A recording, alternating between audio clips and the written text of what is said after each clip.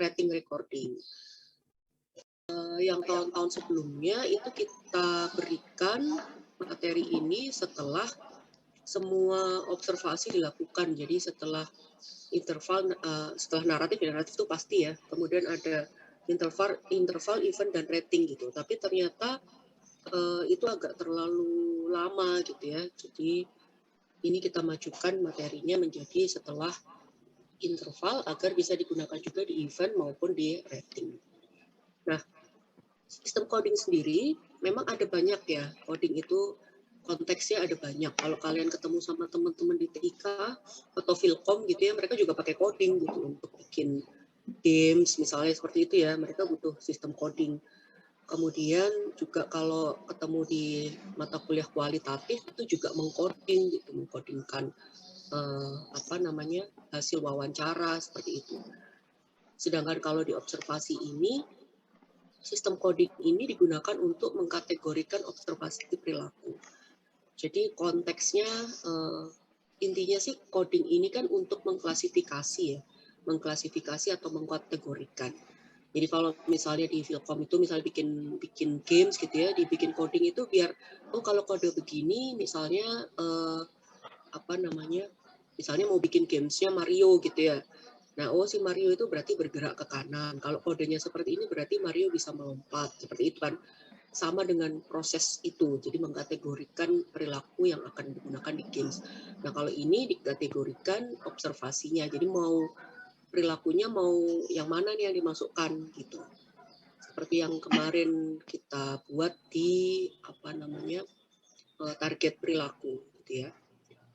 Nah, biasanya kita menggunakan 2 atau lebih kategori yang dapat meliputi perilaku yang lebih luas, walaupun kadang satu kategori saja sudah cukup. Jadi misalnya saya mau mengobservasi perilaku bullying verbal, ya sudah gitu. Jadi satu kategori aja.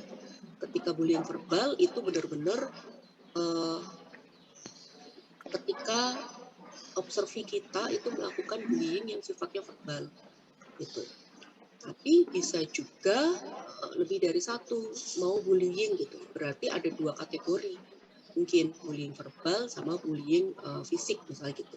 Atau mau ada 3 kategori, bullying verbal, bullying fisik, dan bullying sosial misalnya gitu. Jadi kalau kategorinya itu luas, otomatis akan ada, kalau perilakunya itu luas, maka akan ada lebih dari satu kategori. Tapi kalau perilakunya itu sudah spesifik, berarti kita bisa pakai satu kategori saja. Nah, dalam satu sistem kategori itu juga bisa secara implisit mengandung kategori lain. Masih ingat ya kemarin ketika kalian melakukan interval gitu, ternyata ada itu yang mirip-mirip gitu kemarin ya, soal agresivitas, ternyata itu mungkin sama dengan disruptif gitu ya. Mungkin sama ada lagi yang memasukkan itu sebagai tantrum misalnya gitu. Padahal itu bukan termasuk perilaku yang ditargetkan gitu. Jadi mungkin saja ada perilaku lain yang mirip tapi sebenarnya bukan itu yang mau kita lihat gitu. Nah, walaupun fokusnya hanya pada satu perilaku, satu kategori coding itu dilakukan di metode interval atau event. Jadi nanti hari Kamis itu kita akan belajar tentang event recording.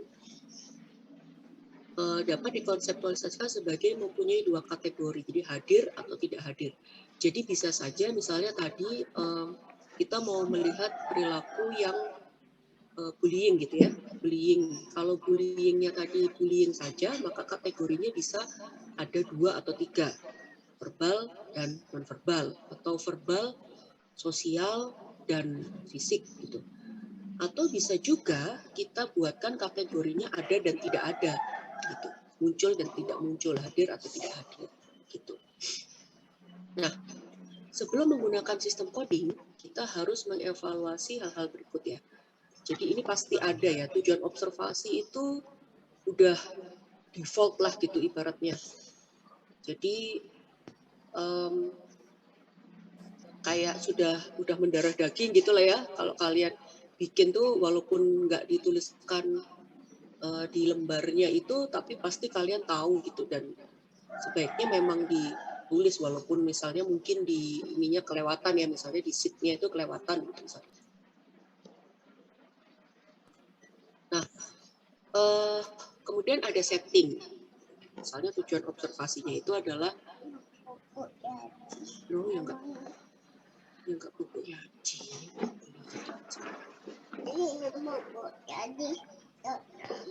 Sebentar ya, dia minta pupuk lagi ke kamar.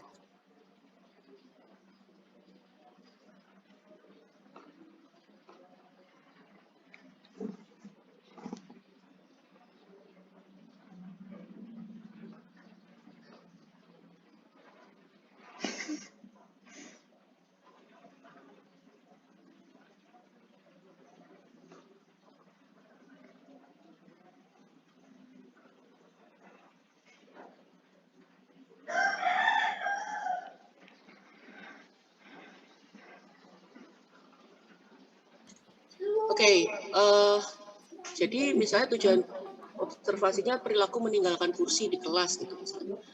Settingnya apa? Misalnya saat pelajaran statistik gitu. Atau kalau anak-anak ya saat pelajaran apa gitu ya, mungkin matematika atau kalau anak TK lebih kecil lagi mungkin saat pelajaran keaksaraan misalnya gitu ya, ada seperti itu kan. Nah, definisi kategori codingnya apa? Perilaku meninggalkan kursi tadi ya adalah perilaku keluar dari kursi saat pelajaran berlangsung. Jadi keluarnya itu bisa macam-macam gitu. Bisa misalnya dia jalan-jalan keluar dari kursinya, jalan-jalan aja keliling misalnya gitu. Atau misalnya dia pindah duduk sama temennya yang lain. Atau misalnya dia pergi minta izin ke toilet misalnya gitu. Atau dia ke depan untuk mengerjakan di papan tulis misalnya begitu. Nah, deskripsikan bagaimana sampel perilaku. Nah itu tadi, jadi perilaku kalau definisi kategorinya adalah meninggalkan kursi, maka bagaimana sampelnya yaitu tadi. Sampelnya adalah keluar dari kursi itu ke toilet, keluar dari kursi untuk menulis di papan tulis, keluar dari kursi untuk berpindah tempat duduk, keluar dari kursi untuk berjalan-jalan di kelas. Jadi misalnya ada 4 gitu. Kemudian nanti ada tingkatan pengkodean dan ada reliabilitas. Nah, dalam mendesain sistem coding, jadi pilih kategori yang paling sesuai dengan assessment-nya, dengan treatment-nya, atau penelitiannya. Jadi tergantung ini tujuan observasinya itu untuk apa gitu. Kalau untuk assessment, ya berarti tujuan assessment-nya mau apa gitu. Misalnya, mau mengakses, kemarin masih ingat ya, ada ada misalnya tujuannya adalah untuk mengakses bagaimana perilaku anak ketika pertama kali masuk sekolah misalnya gitu, atau mengakses perilaku atau gangguan misalnya gangguan tertentu gitu, ADHD atau autis misalnya kalau dia bergabung di kelas misalnya, dan macam-macam. Atau misalnya kalau di perusahaan ya assessment misalnya bagaimana pegawai itu dalam entah ya melakukan apa gitu misalnya. Nah, kalau treatment itu biasanya juga terkait dengan misalnya bagaimana terapi tertentu dilakukan gitu ya. Nah, itu terkait dengan treatmentnya. Dan kalau penelitian ya terkait dengan penelitiannya.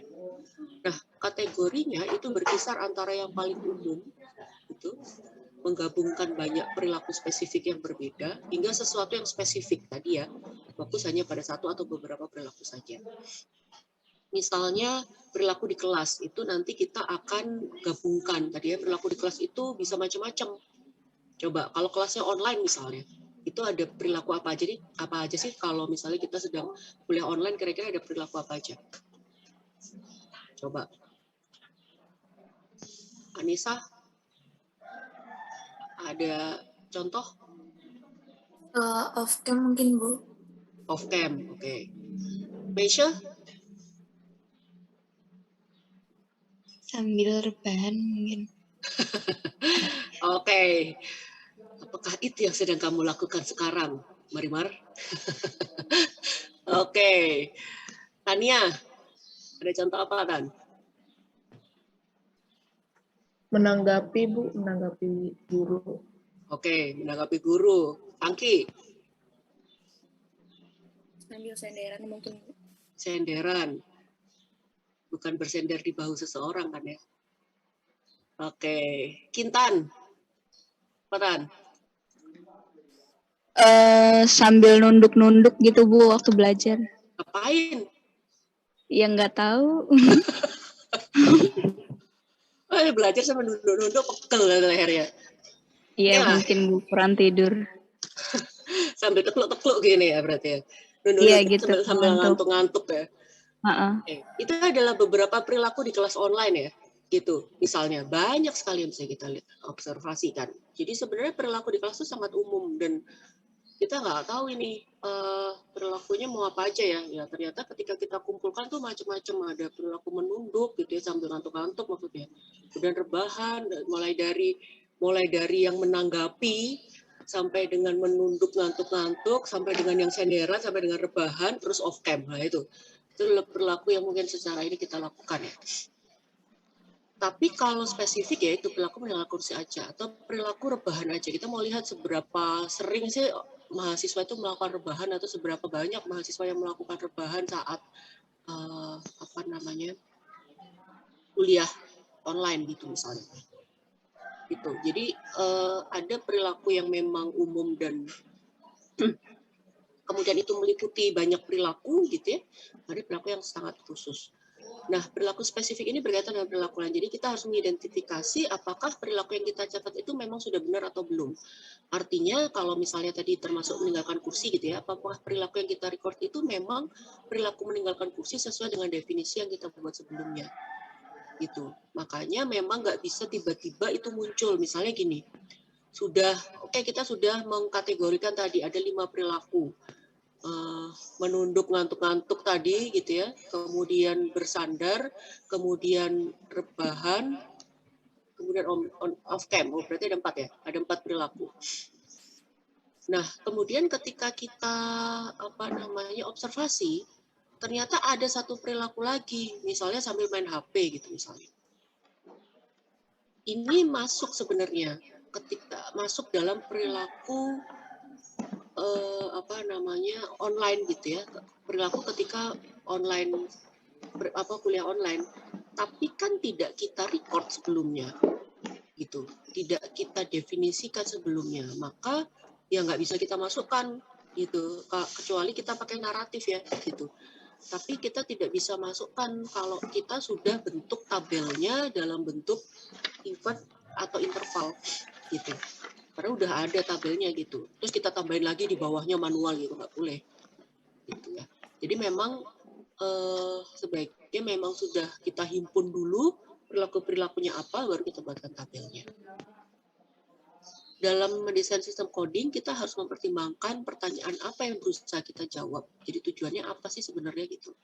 Perilaku apa saja gitu ya yang membuat kita tertarik. Jadi bisa umum atau spesifik. Kemudian berapa banyak perilaku yang akan kita observasi. Semakin banyak perilaku tentu semakin harus detail ya kita dalam melakukan, harus fokus gitu dalam melakukan, jangan sampai lolos gitu ya perilaku itu gitu. Kemudian apakah perilaku yang akan kita observasi itu adalah perilaku yang mudah untuk diidentifikasi dan dibedakan dengan perilaku lain yang serupa. Gitu. Jangan sampai satu perilaku itu mirip-mirip sampai kalian bingung gitu. Ini sebenarnya masuk rebahan atau senderan. Bersandar itu berapa derajat gitu, rebahan itu berapa derajat kan gitu. Apakah ini masuk rebahan atau senderan nih?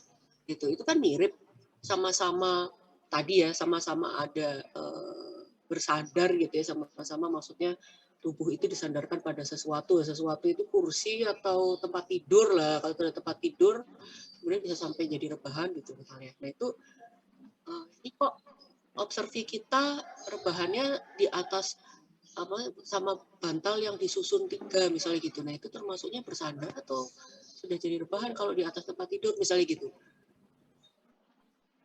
Kalau dipikir ya elah Bu, rebahan aja bisa rumit juga ya gitu definisinya ya gitu. Ya karena memang ada perilaku-perilaku yang serupa yang kalau kalian observasi itu bisa jadi bingung gitu sebenarnya. Makanya harus dipastikan seperti itu. Nah, baik perilaku global, masih ingat ya kemarin global dan molar atau molekular gitu ya.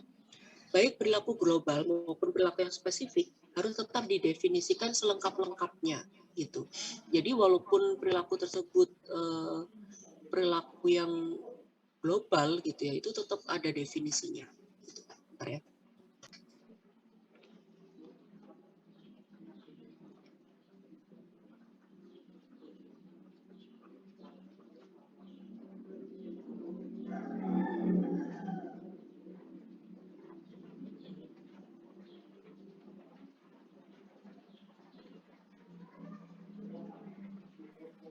Oke, nah di sini ada deskripsi umum, kemudian ada kategori umum, masing-masing perilaku individu harus diklasifikasikan. Kemudian satu atau beberapa deskripsi, jadi kategorinya yang spesifik tadi. Kemudian menjelaskan hubungan antara pelaku dengan lingkungan. Sistem multidimensi mencakup peristiwa sebab akibat. Masih ingat ya kemarin ya, bahwa kemungkinan ada gitu perilaku yang itu ada kaitannya dengan lingkungan. Jadi kita mesti ngecek ini, perilaku itu sangat bisa jadi sangat kontekstual gitu, sesuai dengan konteksnya. Artinya kalau misalnya secara umum itu kita bilang bahwa bullying gitu aja ya. Bullying itu mencakup, kok bullying terus ya? Apa ya perilaku lain ya? Saya nggak kepikirin pagi-pagi, otaknya masih nge-freeze. Ya malah kata bullying lah gitu deh biar gampang. Misalnya kita ngomong bullying, bahwa bullying itu kalau dalam definisi umumnya kan misalnya mungkin bullying fisik gitu ya, misalnya melontarkan kata-kata yang kepada seseorang gitu. Nah, tapi karena ini kaitannya dengan di lingkungannya adalah kuliah gitu misalnya, kuliah di kelas, maka bullyingnya itu bisa berupa ketika mahasiswa itu mengucapkan kata-kata tersebut di kelas gitu, tidak termasuk apa yang diucapkan sama dia di luar kelas. Karena bullyingnya itu ternyata sebenarnya bisa terjadi di kelas misalnya gitu. Jadi kita akan ada kita lihat konteksnya gitu, sehingga kategorinya itu bisa sesuai dengan konteks. Karena kalau nggak sesuai dengan konteks ya nggak akan muncul gitu. Misalnya oh dia nggak melakukan ini kok gitu kalau di kelas lah, iyalah gitu karena dia melakukannya di luar, berarti kan nggak ada gunanya juga ya dilakukan di kelas. Makanya kita harus lihat konteksnya gitu. Lalu oke. Ini adalah contoh sistem codingnya. Jelek ya tulisannya, nanti coba saya carikan yang lebih baik deh. Ini soalnya saya ambil dari buku fotokopian zaman bahla ya. Itu. Nah, coding system itu misalnya contohnya kalau pakai dua kategori, tadi saya sudah beberapa kali mencontohkan yang lain ya. Contohnya misalnya kalau dua kategori, coding sistemnya misalnya on task sama off task. On task itu didefinisikan sebagai appropriate behavior for the situation. Jadi perilaku yang tepat atau sesuai dengan situasi. Sedangkan off task itu adalah perilaku yang tidak sesuai. Gitu. Jadi kita mau pakai dua kategori yaitu on task dan off task. Contohnya putting hand up when he or she wants to say something, jadi angkat tangan gitu ya kalau mau ngomong sesuatu. Kemudian listening while teacher is talking, jadi tampak mendengarkan gitu ya. Sekali lagi kita nggak bisa tahu sesuatu yang covered ya, kita taunya overt. Kelihatannya mendengarkan, artinya dia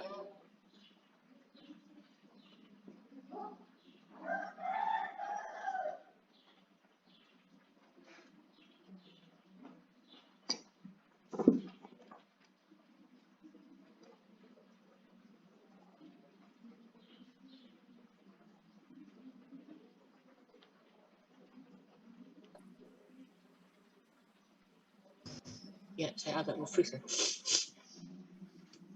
Saya ulang lagi. Kalau ternyata dia tampak mendengarkan, tapi dalam pikirannya misalnya nanti siang mau makan apa ya, gitu. Atau, duh si dia jam segini lagi ngapain nih, udah bangun apa belum tuh dia, gitu misalnya. Atau apa dalam pikiran itu kita nggak bisa tahu. Tapi yang penting adalah overt behavior-nya itu listening, gitu. Artinya dia tidak sedang melakukan yang lain. Kalau misalnya dia sambil, mungkin sambil HP-an gitu ya, ya mungkin kita juga tahu dia listening gitu. Ada orang-orang yang mungkin multitasking sambil dengerin ya, kayak misalnya double zoom gitu ya. Kadang-kadang saya triple juga gitu.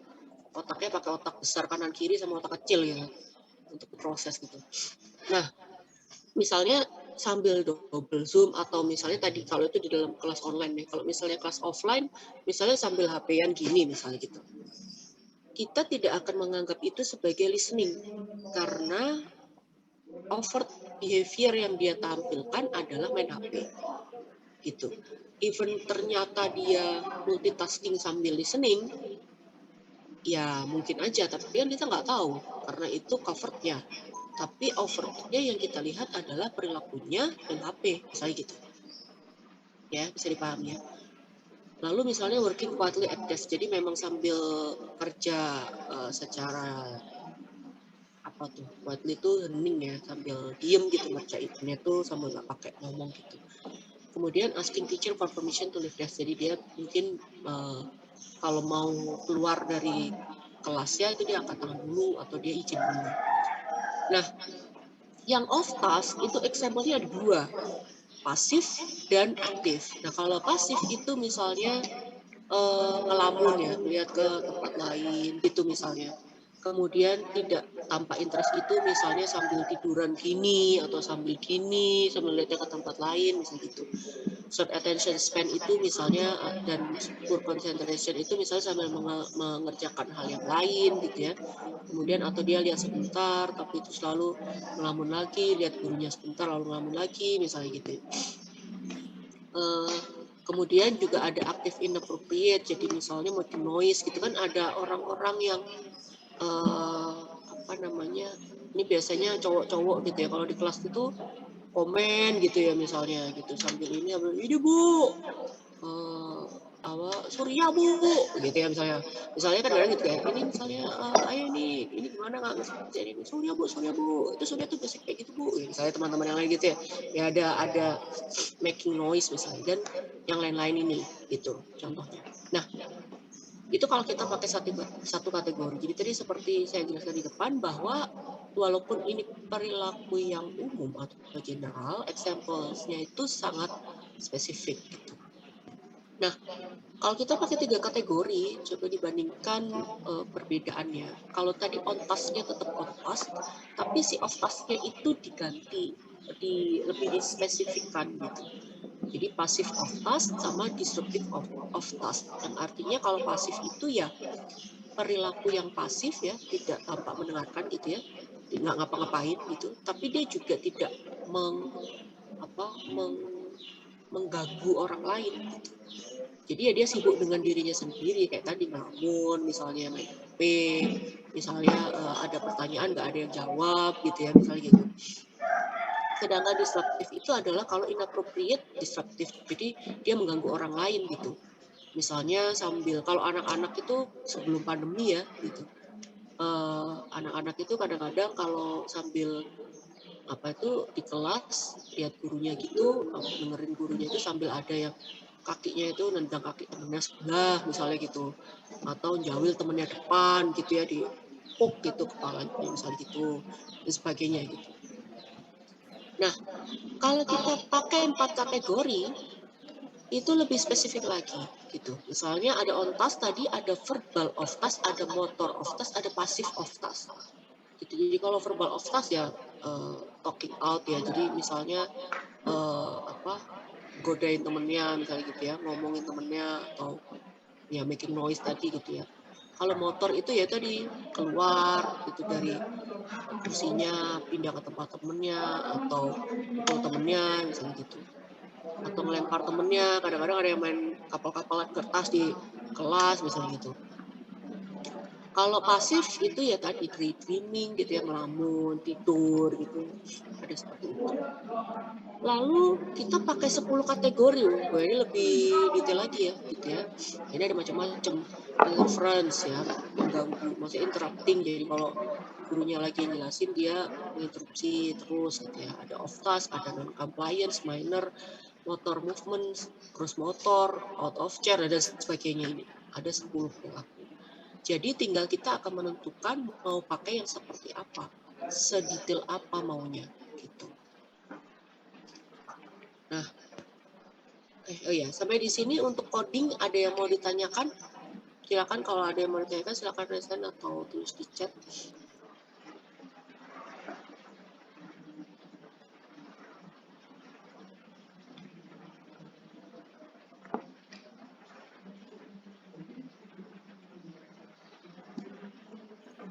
Nggak ada? Cukup jelas? Oke, Michelle, oke. Yang lain cukup jelas?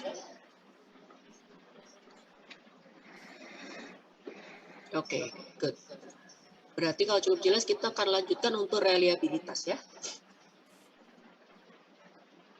Nah, reliabilitas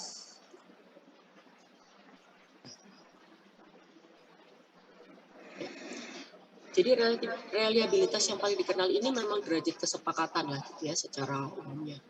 Nah, pemantapan reliabilitas interobserver, jadi mungkin kan kalian kerjanya berkelompok ya ada 2 atau 3 orang gitu. Atau kesepakatan itu penting agar yakin bahwa pengamatan itu dapat diulangi atau direplikasi dan terkait dengan konsistensinya gitu.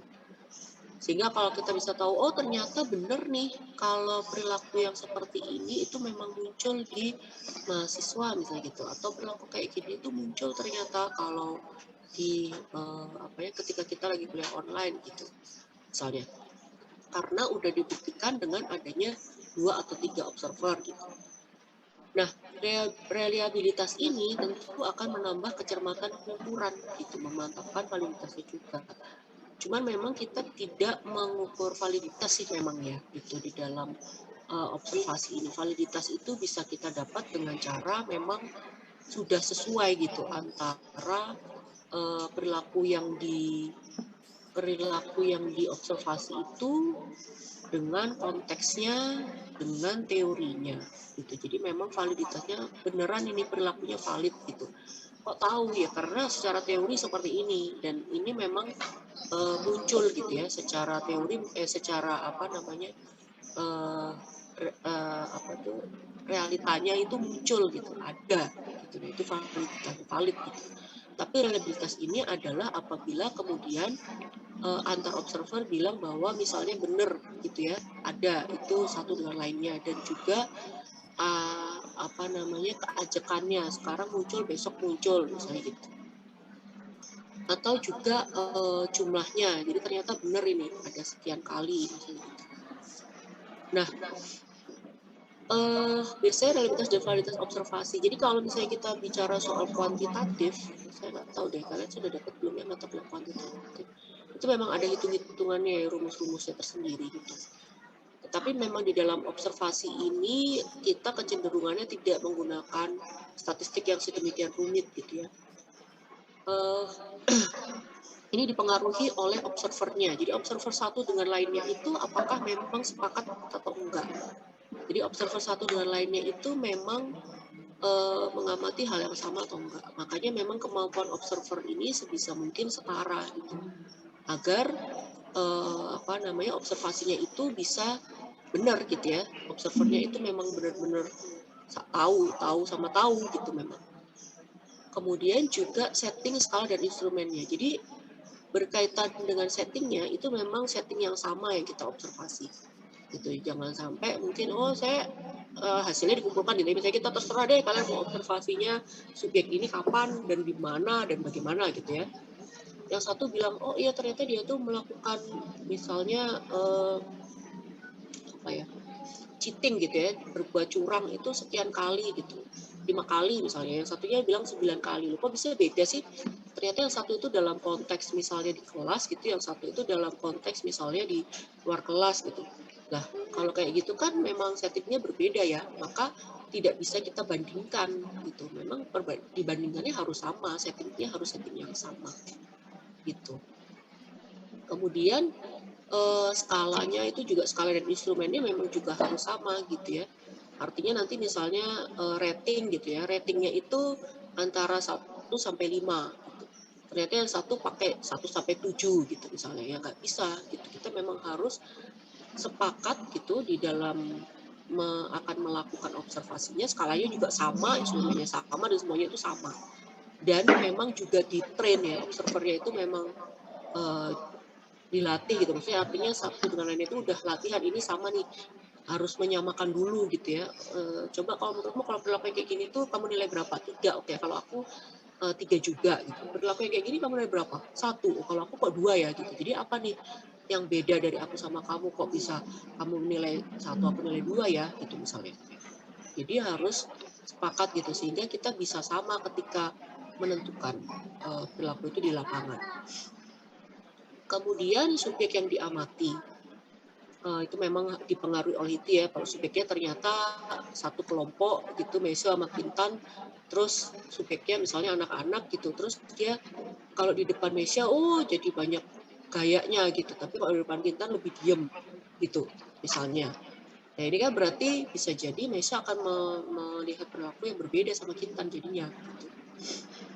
Misalnya kalian bergantian gitu ya, masuk kelasnya gitu 5 menitan misalnya gitu.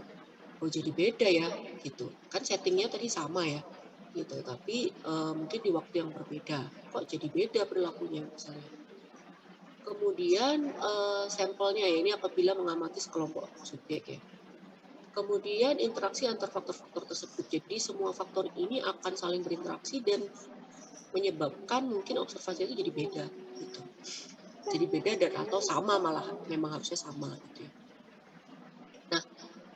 Nah, kesalahan yang berkaitan dengan kualitas pribadi itu misalnya sering menggunakan kategori tengah. Nah, ini hati-hati kalau kalian pakai 1 sampai 5. Biasanya oh ya ini cukup lah gitu. Kita tuh cenderungnya memang senang abu-abu ya gitu ya. Cukup lah karena nggak mau ambil resiko. Kalau saya bilang nanti tinggi ternyata enggak gitu. Nanti kalau ternyata saya bilang kurang, kayaknya kok saya kayak nggak baik gitu ya gitu. Atau kalau tinggi nanti saya kayaknya kalau perilaku yang positif gitu ya, saya kayak terlalu baik hati deh ngasih penilaiannya kalau ranking ya misalnya gitu. Ini tadi ya kemurahan atau sering menggunakan ke arah baik gitu.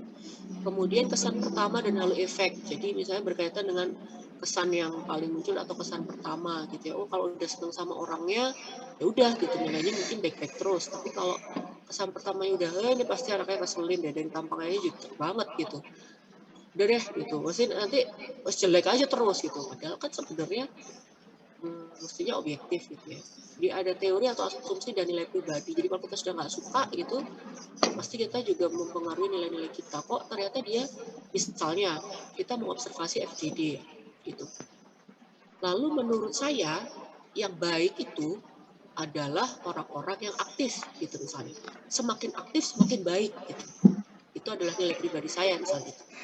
Padahal mungkin menurut observer lain, ya dia baru harus aktif tapi tidak seaktif itu Bun gitu ya.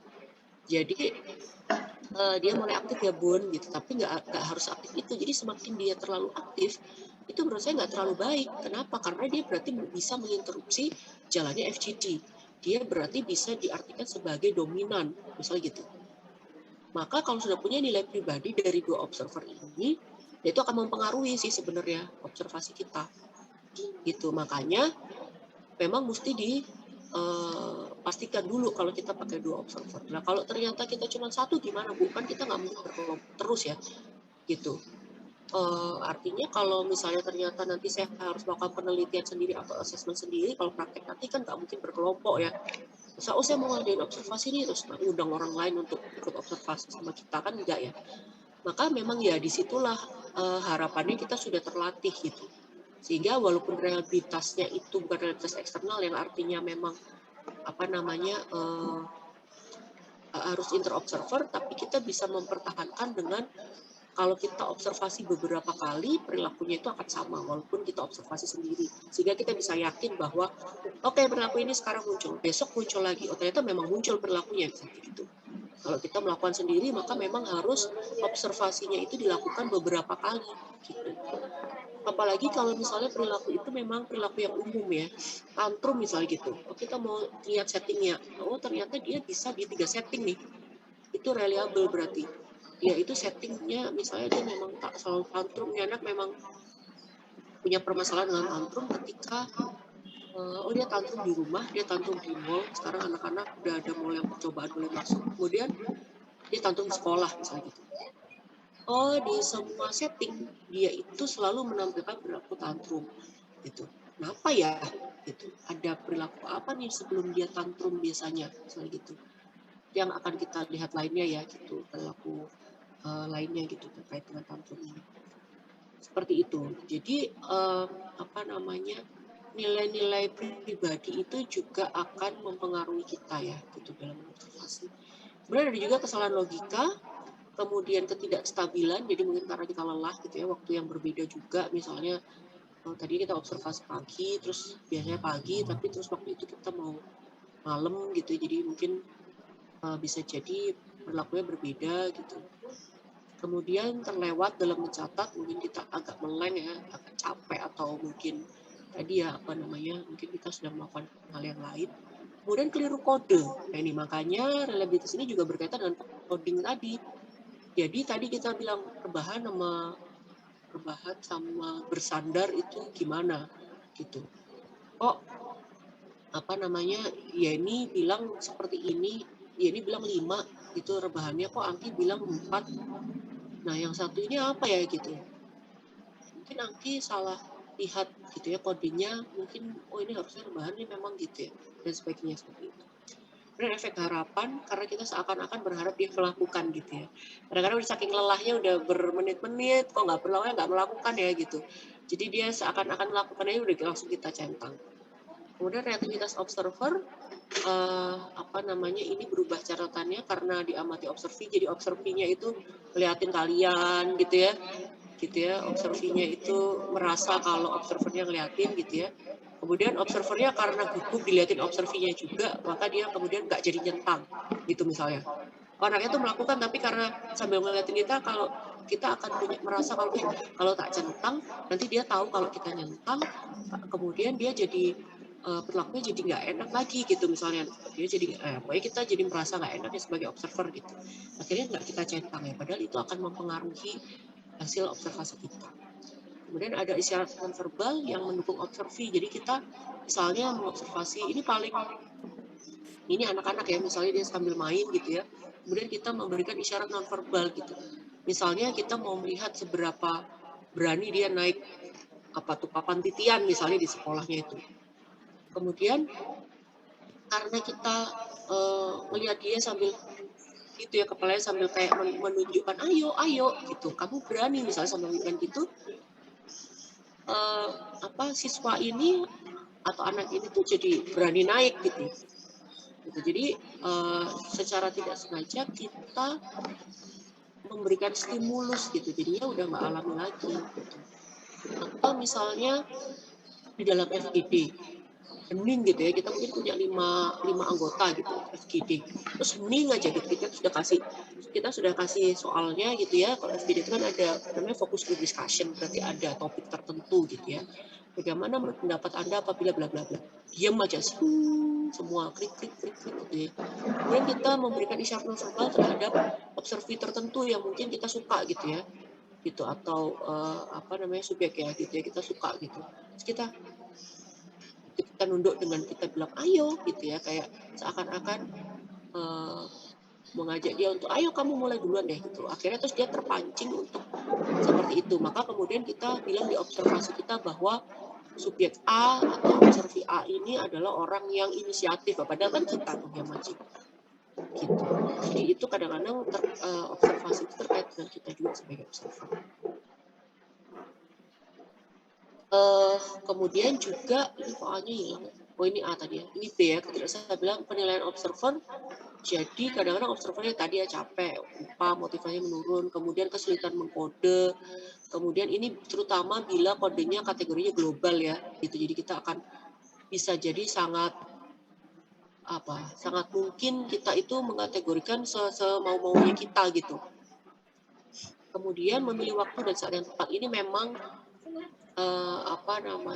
tantangan tersendiri ya, kapan kita mau mengobservasi perilaku tersebut gitu. Nah, kemudian dari segi settingnya itu sendiri, mungkin tadi ya perilakunya tidak representatif, codingnya mungkin kompleks, pengaruh eksternal, dan juga kalau di rating recording nanti kategori dalam ratingnya itu yang tidak jelas gitu. Dibilang 1 itu bila apa, dibilang 2 bila apa gitu. Tapi semakin terlatih dan semakin sering kalian bekerja sama dengan seseorang, biasanya itu memang standarnya itu hampir sama gitu ya. Jadi misalnya saya sama teman-teman dosen tuh misalnya mengobservasi, kadang-kadang kita ada pekerjaan gitu ya dari misalnya kabupaten gitu misalnya. Itu kita adakan 1 minggu gitu misalnya. Setiap hari itu ada misalnya 50 orang gitu ya, 50 besoknya 50, misalnya lagi 50 misalnya gitu. Maka hari ini dan besok dan lusa itu kita udah semakin terbiasa. Jadi kalau temennya itu aja gitu, misalnya kelompoknya saya, Bu Ika Widya, Bu Ika Herani, Bu Ika Fitria, Bu Ika, semuanya Ika ya. Gitu misalnya ya. Nah, ketika di awal kita kan udah tahu, oh ini 1 tuh kalau gini, karena kita udah semakin terlatih gitu ya, besoknya udah tahu nih 1 tuh kalau begini perilakunya, 2 itu kalau gini gitu. Jadi ada kategori-kategori yang kita sudah sepakati dan akhirnya udah tahu satu sama lain gitu. Tadi ini sudah, kemudian sampelnya tidak representatif gitu dan sebagainya. Nah, sebenarnya dalam menentukan reliabilitas sesuatu itu ada beberapa ya gitu. Tapi yang akan kita pakai untuk observasi hanya interobserver atau agreement itu tadi.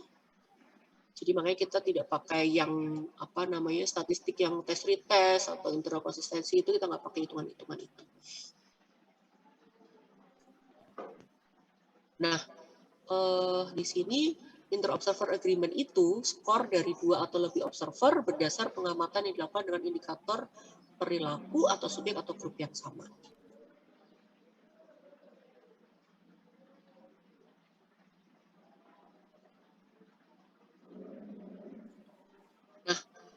Nah, melakukan interval recording agreement-nya contohnya seperti ini.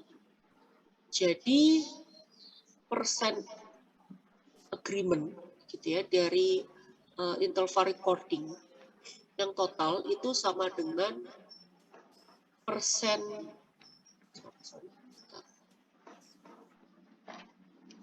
bentar ya, bentar. Maaf, saya izin ini dulu ya, saya ganti sebentar.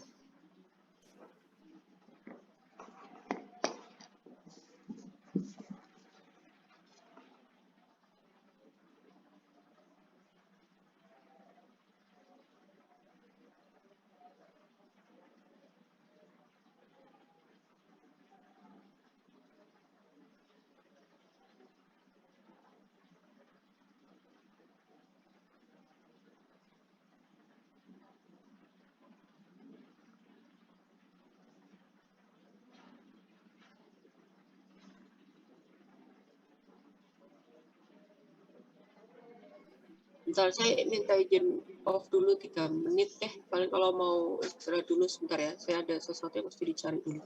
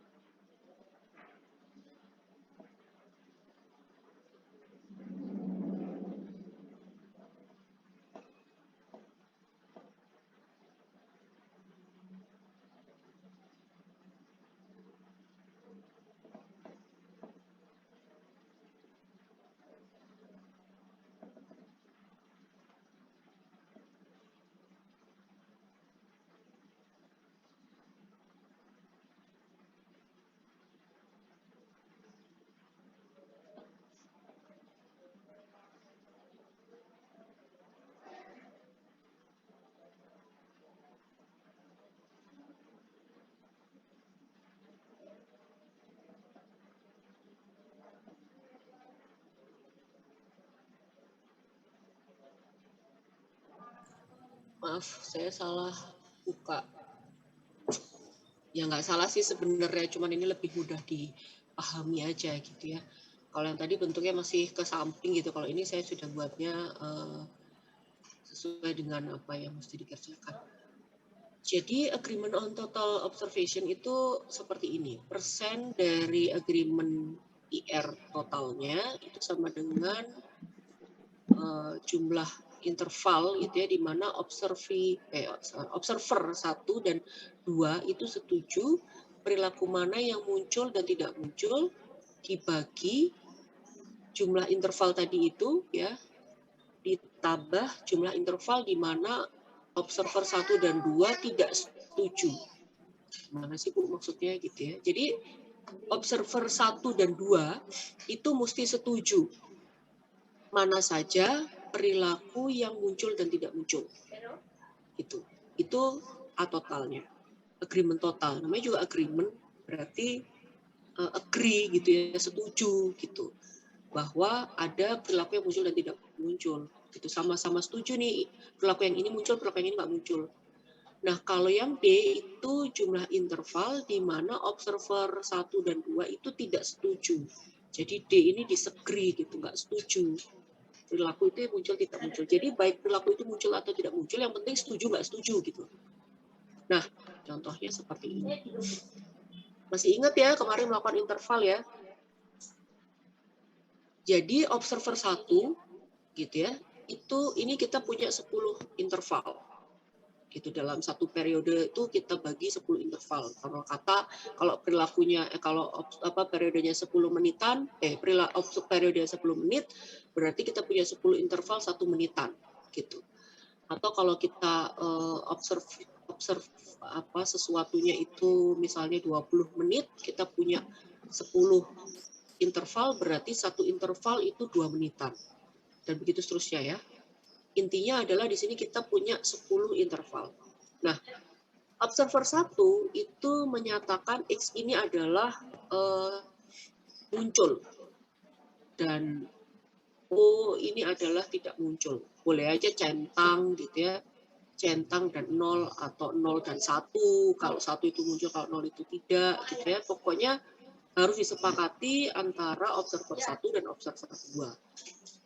Yang dianggap muncul itu kita kasih tanda apa, yang dianggap nggak muncul kita kasih tanda apa. Oke? Nah, observer 1 di interval pertama itu menganggap perilakunya muncul. Di interval kedua enggak, interval ketiga muncul, interval keempat enggak, interval kelima muncul, dan seterusnya. Observer 2 di interval 1 menganggap perilakunya muncul, kemudian di interval kedua enggak, interval ketiga muncul, interval keempat muncul, dan seterusnya. Gitu. Seperti itu ya kira-kira. Nah, dari sini observer itu ini kan melakukan sendiri-sendiri ya, bukan kesepakatan di awal ya, bukan misalnya kita observasi bareng terus sebelah-sebelahan terus itu kamu anggap muncul nggak? Kalau kamu anggap muncul ya kesuwen gitu ya. Pokoknya kita melakukan sendiri-sendiri nih. Kemudian dari hasilnya kita gabungkan menjadi seperti ini. Nah, dari hasil ini kira-kira perilaku yang disepakati terjadi itu yang mana aja? Davina, coba dilihat Dav. Perilaku yang diamati oleh observer 1 dan observer 2 sebagai perilaku yang terjadi. Jadi observer 1 dan 2 itu sama-sama bilang perilaku itu terjadi yang mana aja, Davina? Di periode yang mana aja? 1, 3, 5, 10. Oke. Terima kasih. Itu adalah perilaku yang disepakati terjadi. Nah, kalau yang disepakati tidak terjadi, itu yang mana? Rafika? Disepakati tidak terjadi. Yang mana aja, Rafika? Perilaku di interval 2, 6, dan 7. Oke. Paham ya? Nah, sekarang kalau perilaku yang tidak disepakati, Karina, yang observer 1 dan 2 itu tidak sepakat, baik muncul maupun nggak muncul, itu yang mana Karina? Yang 4, 8, dan 9. Oke. Ada ya tulisannya ya di sini ya.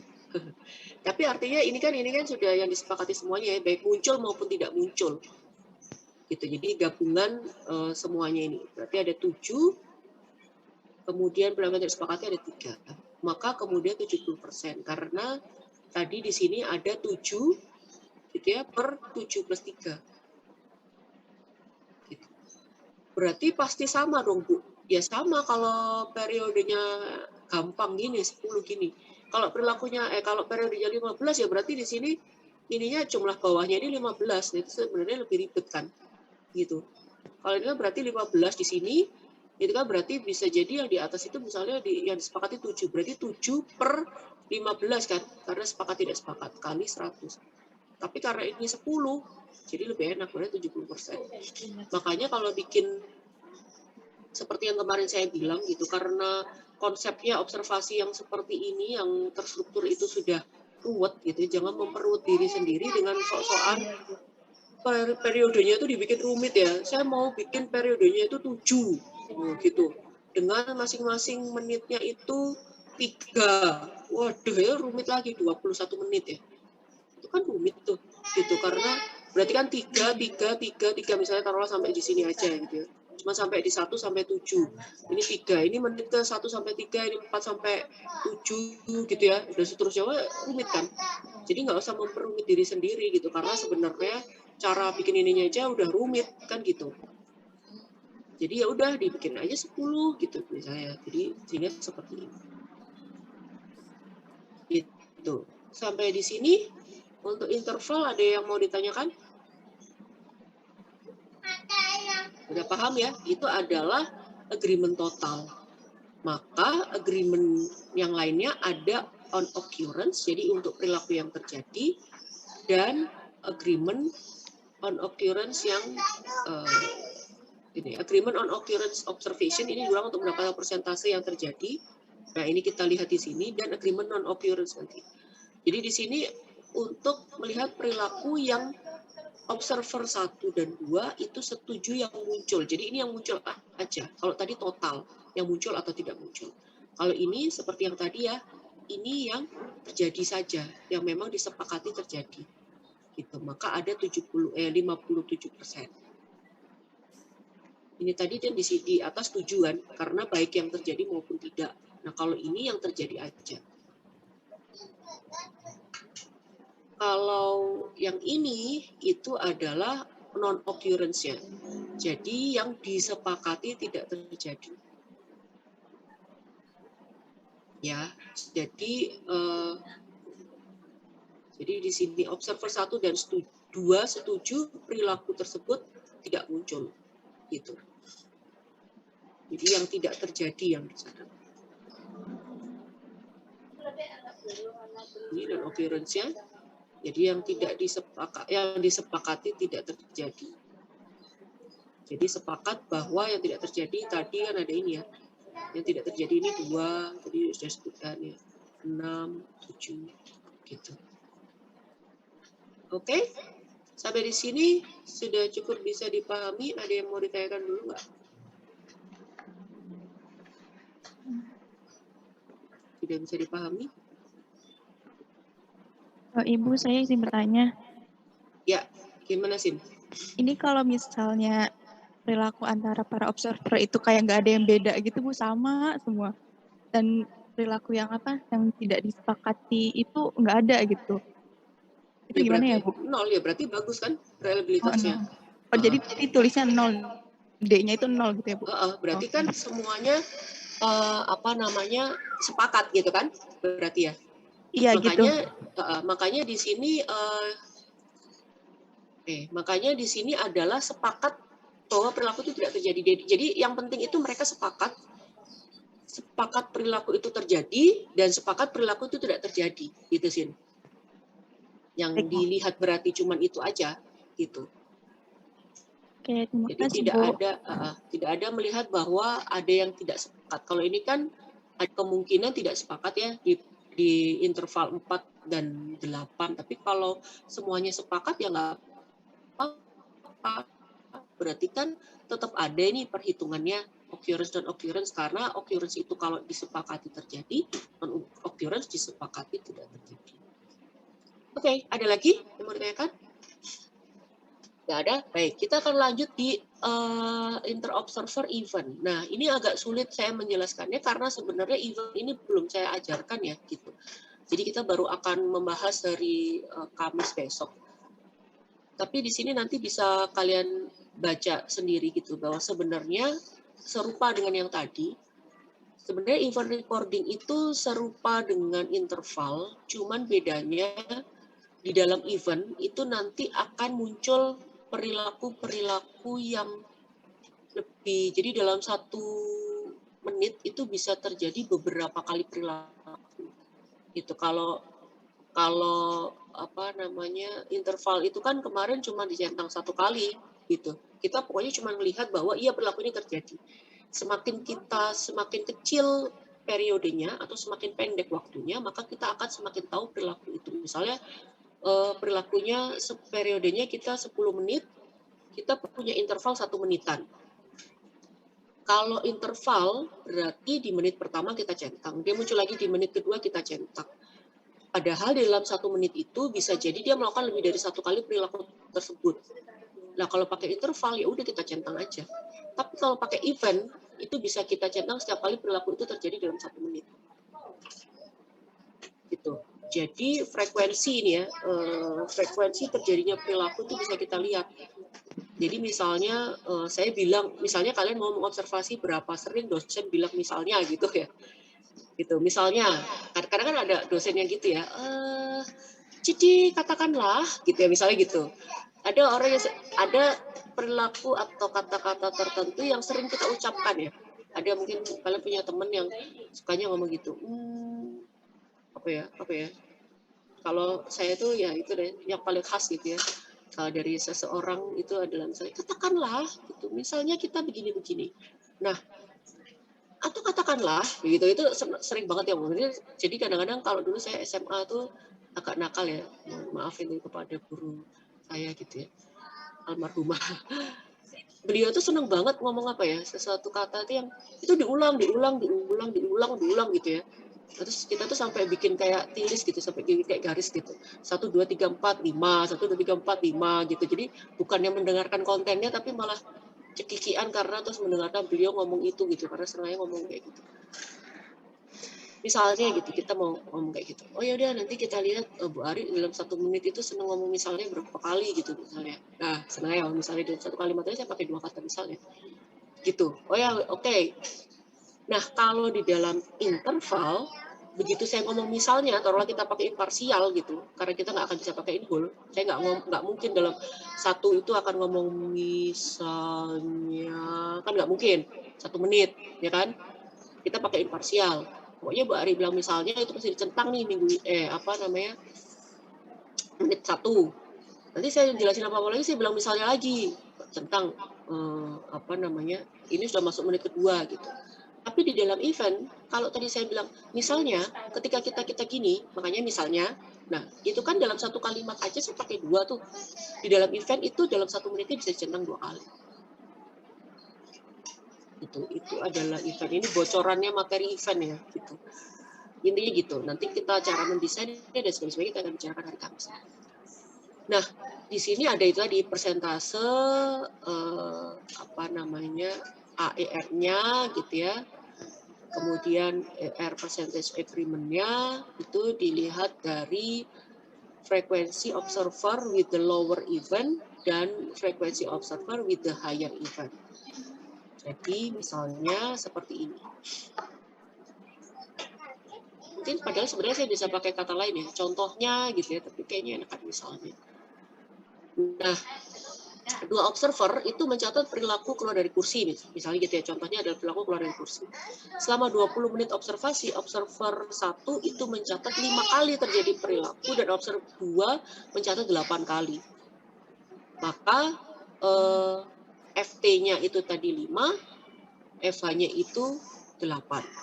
Ya, dipersentasekan jadi persentase ER-nya ini, agreement untuk ER-nya itu 62,5%. Gitu. Event recording itu sendiri sebenarnya karena event tidak menggunakan periode-periode yang rigid itu. Jadi pokoknya 20 menit, ya udah kita lihat aja. 20 menit itu dia melakukan berapa kali, kita nggak peduli ada di menit keberapa. Sebenarnya event yang murni seperti itu. Gitu, karena memang agak beda sama interval, dilihat dari interval itu fokusnya pada waktunya, event itu fokusnya pada perilakunya. Eventnya, terjadinya eventnya gitu. Peristiwanya itu terjadi, terserah dia mau di menit keberapa gitu, event itu kita nggak peduli gitu. Ya pokoknya itu terjadi, hitung 1, itu terjadi hitung 2, itu terjadi hitung 3 gitu. Tapi seringkali kita menggunakan event itu dipadukan sama interval. Jadi kita bisa menghitung dua-duanya agar kita bisa tahu nih gitu. Ternyata memang ini terjadi di menit berapa kali. Di menit ini tuh dia udah melakukan berapa kali sih? Di menit berikutnya dia melakukan berapa kali sih? Nah itu jadi kita secara deskriptif bisa tahu. Oh ternyata dia lebih banyak melakukan ini di menit ke-3 misalnya gitu. Ada apa ya di menit ke-3 kan gitu. Itu ditambahin di naratifnya ya, kita cek ada apa ya di menit ke-3 gitu. Misalnya blinking atau berkedip gitu ya. Mengamati bayi yang berkedip gitu ya. Kurang kerjaan banget Bu. Tapi penelitian perkembangan itu begitu ya. Ngamatin reaksi misalnya reaksi bayi, misalnya kita mau penelitiannya adalah karena bayi nggak bisa ngomong ya, kita nggak bisa lihat perilakunya. Jadi misalnya bayi ini kita mau tahu apakah bayi ini mengenali suara ibunya misalnya gitu ya, dari kedipan matanya gitu misalnya. Dia dalam menit pertama itu misalnya berkedip mungkin 3 kali gitu ya. Misalnya gitu. Di menit kedua juga sama gitu. Menit ketiga sama. Menit keempat kok tiba-tiba dia berkedipnya sering gitu ya. Ding ding ding ding ding gitu misalnya. Terus kita lihat ada apa ya? Oh ternyata di menit keempat itu ada ibunya datang. Kemudian bilang, halo, kamu sayang gitu ya. Maksudnya ding ding ding ding ding ding. Oh berarti bayi itu bisa merespon ya gitu. Di dalam observasi di lab perkembangan yang bayi-bayi itu begitu sih gitu. Melihatnya dicatutinnya sedemikian detail ya. Sedemikian detail gitu sehingga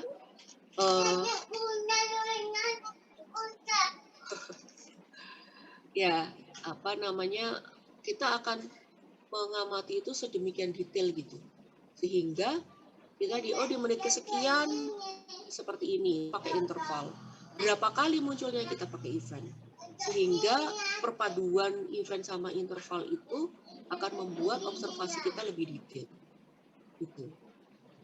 Oke, sampai di sini sudah bisa dipahami?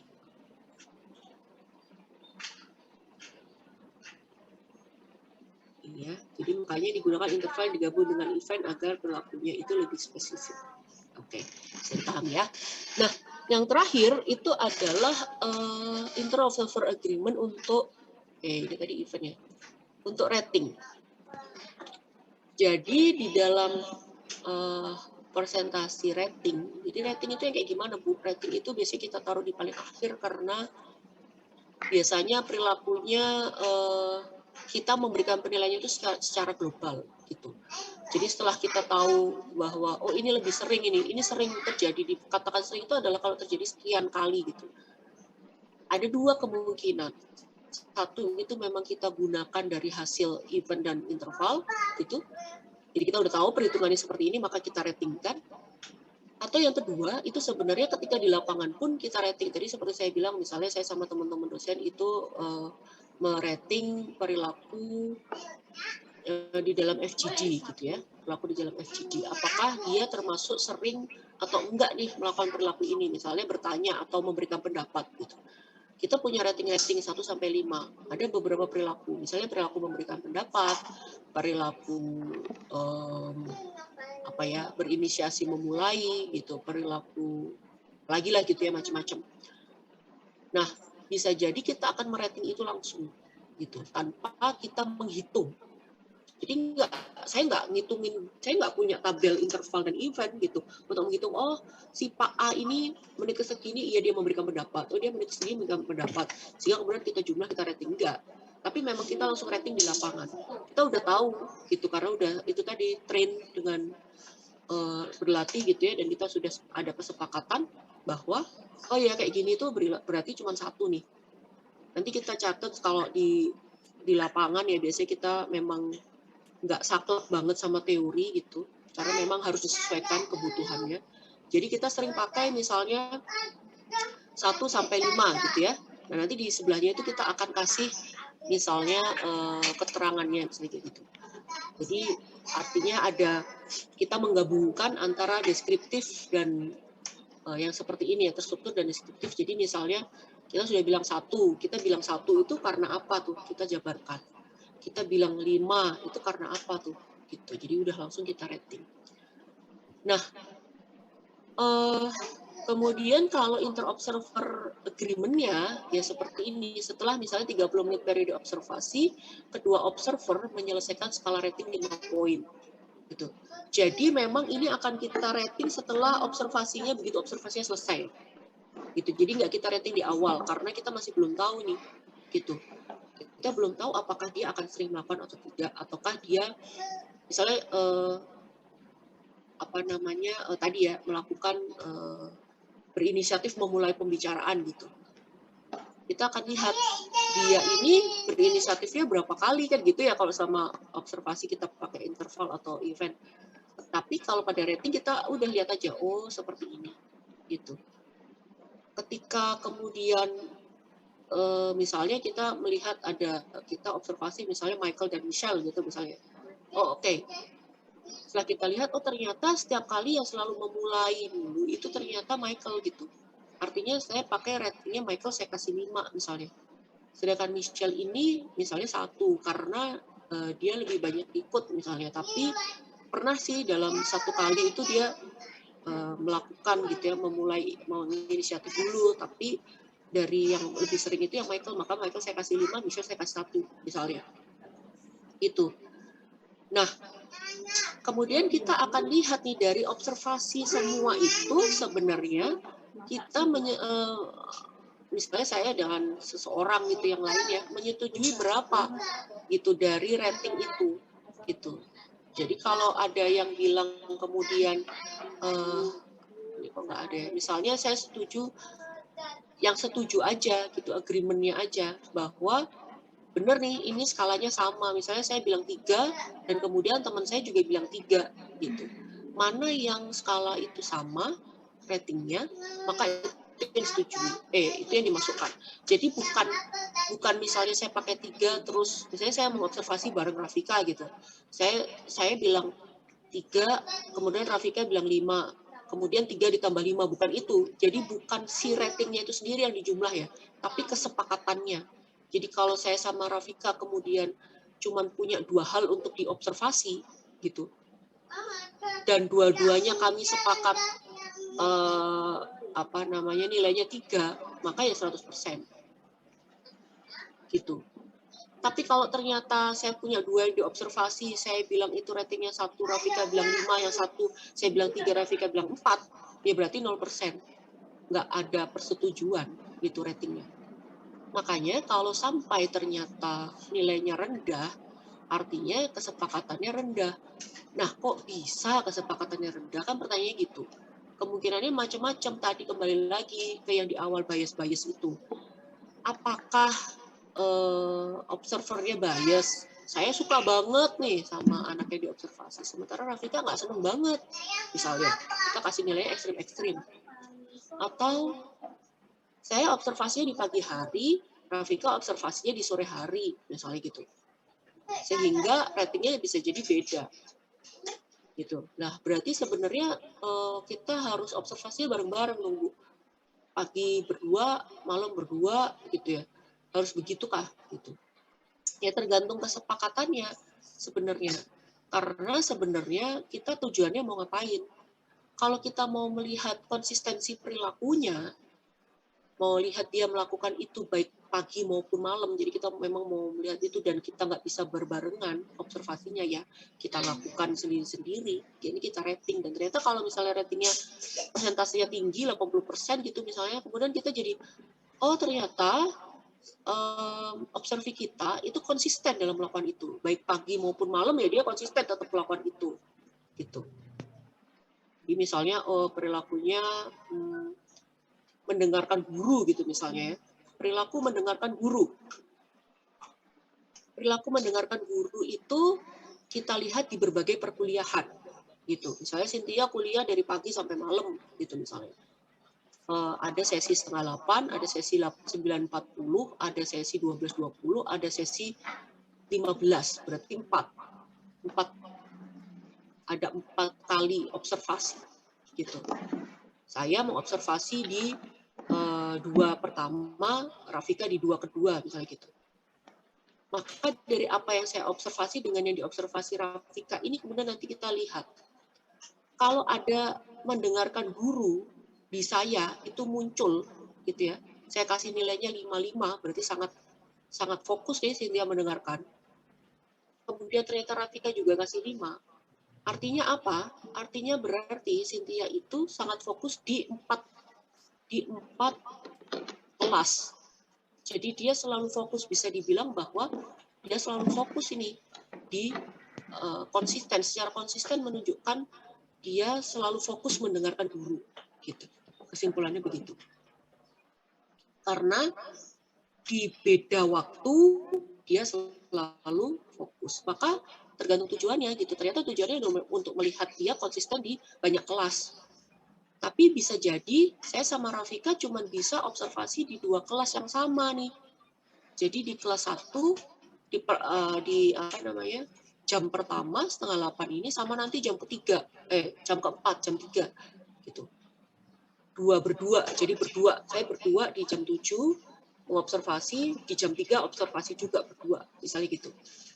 Kemudian kita lihat, oh ternyata di pertemuan pertama ini saya sepakat kasih 4, Rafika sepakat kasih 4. Di pertemuan nanti yang jam 3 ternyata saya juga sepakat kasih 4, Rafika kasih 4.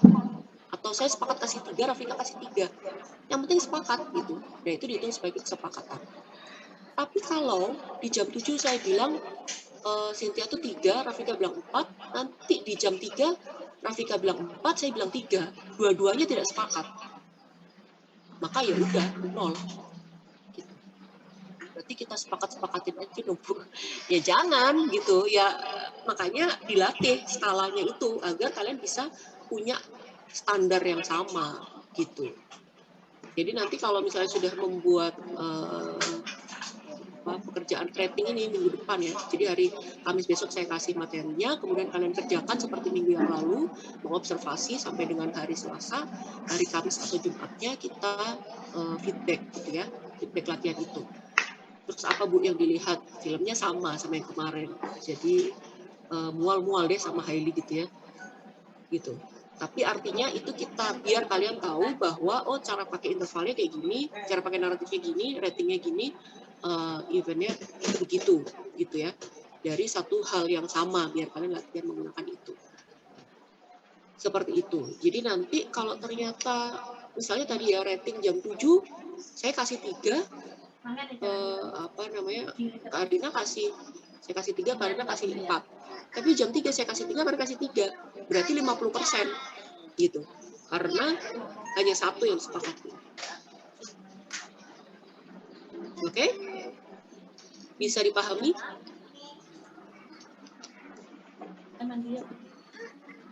Oke, Cynthia paham? Rafika, Davina paham? Tiara paham? Adep paham? Alif paham? Oke. Ada yang mau ditanyakan?